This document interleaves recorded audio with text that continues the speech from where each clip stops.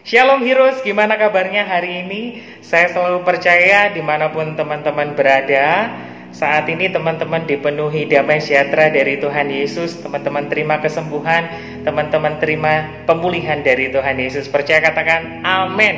Yes, sebelum kita belajar banyak, ada satu firman Tuhan, ada satu ayat yang saya ingin bagikan kepada teman-teman di Roma 4 ayat 18. Meskipun tanpa harapan, Abraham tetap percaya dalam pengharapan sehingga ia menjadi bapa banyak bangsa. Sesuai dengan apa yang telah difirmankan, demikianlah banyaknya keturunanmu kelak. Ya, dan saya percaya teman-teman, hari ini saya berdoa sesuai dengan apa yang sudah Tuhan firmankan di dalam kehidupan teman-teman. Masa depan terbaik, rancangan terbaik, semua yang terbaik Yesus genapi dalam hidup teman-teman. Percaya, katakan amin. Yes, amin. Satu hal teman-teman, hari-hari ini Indonesia mengalami gelombang COVID kedua. Dan setiap hari kita banyak mendengar hal-hal yang membuat kita takut. Banyak informasi yang membuat kita gentar. Banyak informasi yang membuat kita cemas. Bahkan seiringnya bertambahnya COVID, kita sering mendengar banyak suara ambulans, sirine ambulans, sehingga hal itu juga membuat kita takut. Dan semua itu membuat kita bertanya-tanya, kapan ya ini semua selesai? Dan lebih parahnya lagi, hal ini kita bukan hanya mengalami yang namanya gelombang COVID yang kedua, tapi kita juga mengalami yang namanya gelombang hoax. Di keadaan yang tidak menentu ini, banyak orang yang tidak memperhatikan penderitaan orang lain. Bahkan hari-hari ini pun masih banyak yang tidak percaya bahwa COVID itu benar-benar nyata. Belum lagi ditambah kita semakin bingung dengan banyaknya informasi yang kita terima dari setiap sosial media kita. Dan belum tentu semua informasi itu benar. But hari ini saya mau katakan ke teman-teman, but don't worry, COVID is real, but Christ is real too. Jadi jangan hanyut dalam ketakutan. Tetap kuatkan iman dan pengharapanmu di dalam Kristus. Percaya, katakan amin. Mari kita jadi anak-anak muda yang tetap percaya sama Tuhan dan tidak menjadi skeptis. Yes, hari ini kita sama-sama akan belajar sesuatu yang menarik dan saya beri judul skeptis. Oke, mungkin teman-teman saat ini bertanya, skeptis itu apa sih? Nah, sekarang saya kasih tahu kepada teman-teman. Oke, menurut KBBI, Kamus Besar Bahasa Indonesia, skeptis adalah sebuah sikap yang ragu dan kurang percaya terhadap keberhasilan ajaran dan akhirnya menjadi sinis terhadap orang lain. Nah, skeptis ini terjadi berawal dari kurang percaya dan tidak percaya terhadap sesuatu. Hari-hari ini teman-teman, ada banyak sekali orang-orang yang skeptis.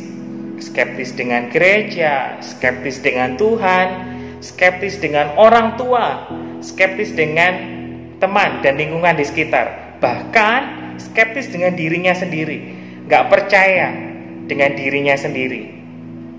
Hal ini bukan keadaan yang baik. Saya mau katakan kepada teman-teman, hal ini bukan keadaan yang baik.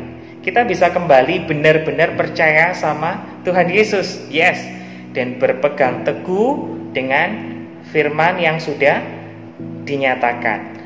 Saya selalu percaya apapun kondisimu hari-hari ini, apapun situasi dan kondisimu yang terjadi di saat ini, itu semua tidak akan pernah memukulmu untuk mundur atau jatuh.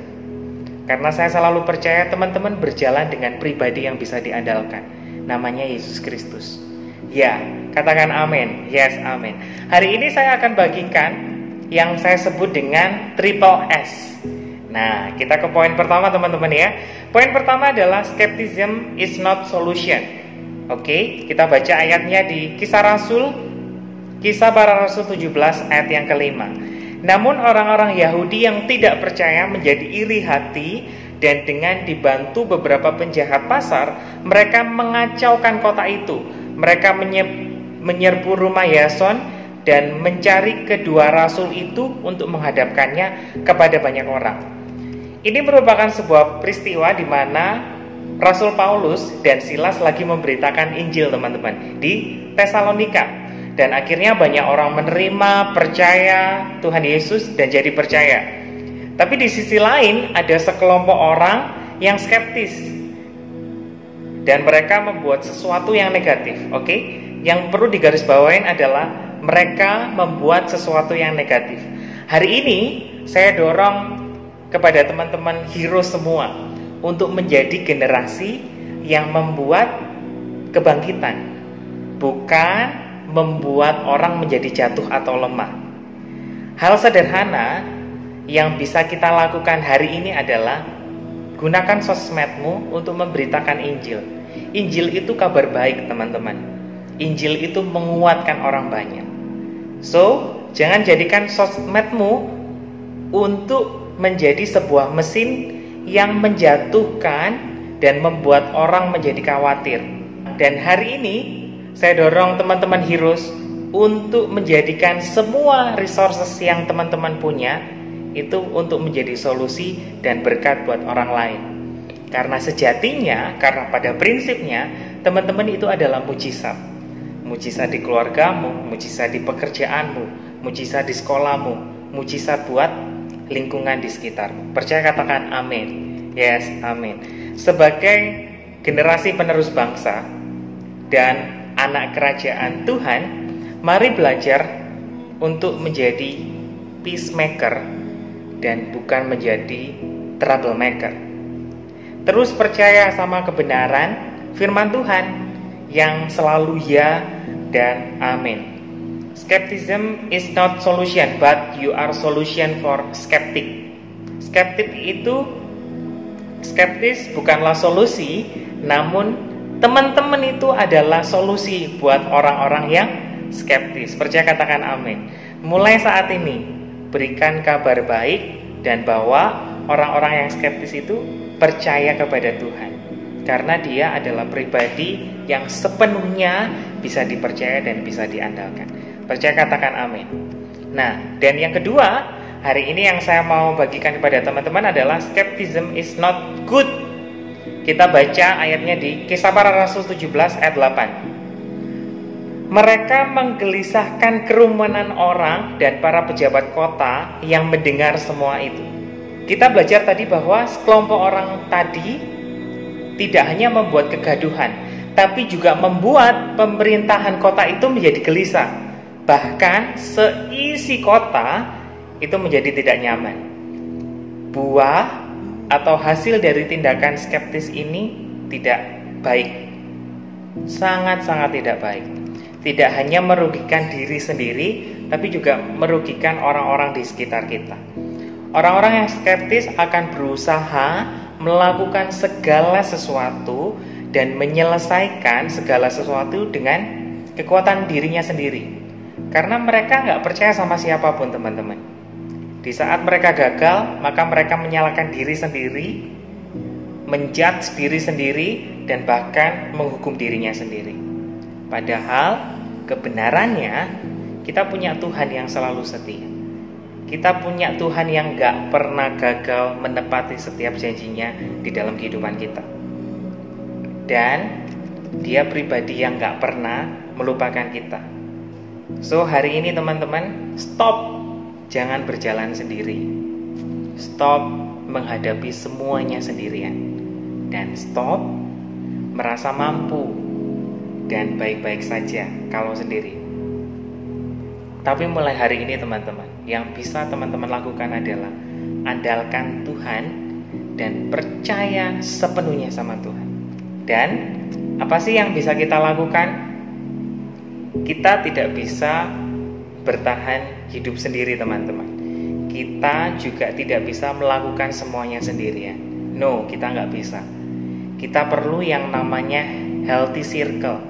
Apa itu healthy circle? Dikelilingi oleh orang-orang yang membawa kita kepada Tuhan.